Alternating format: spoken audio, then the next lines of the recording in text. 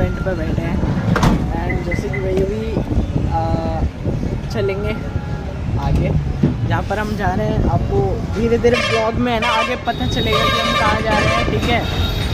And अभी तो देखो भाई इधर का कुछ ऐसा सीन है। एंड अभी यार सुनते हैं, बैठते हैं गाड़ी में, थोड़ी देर हवा खाने के लिए रुके हैं क्योंकि यार गाड़ी में अजीब सा हो रहा है थोड़ा, समझ रहे हो। एंड ये बैठे बैठे गर्मी लग रही थी तो भाई अभी खाते हैं भाई कुल्फी।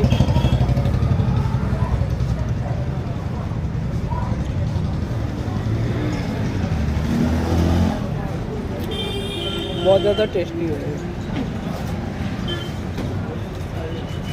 आई मीन गर्मी के अंदर ये खा के मज़ा ही आ गया भाई।